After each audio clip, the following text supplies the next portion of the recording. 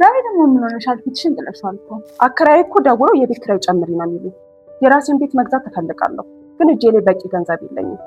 እንዴት እንደጨነቀኝ ብታይ። ወይ ለሱ ነው እንዴ? ታዲያ ለምን በተመራጭ የገንዘብ ቁጠባና ብድር አትሞክሪ? ተመራጭ? እንዴት ነው እሱ ደግሞ ለኔ ቤት መግዛት የሚችለው? እጄ ላይ እኮ በቂ ገንዘብ የለኝም። ፕሮሰሱ በጣም ቀላል ነው። መጀመሪያ የተመራጭ አባል ትሆኛለሽ።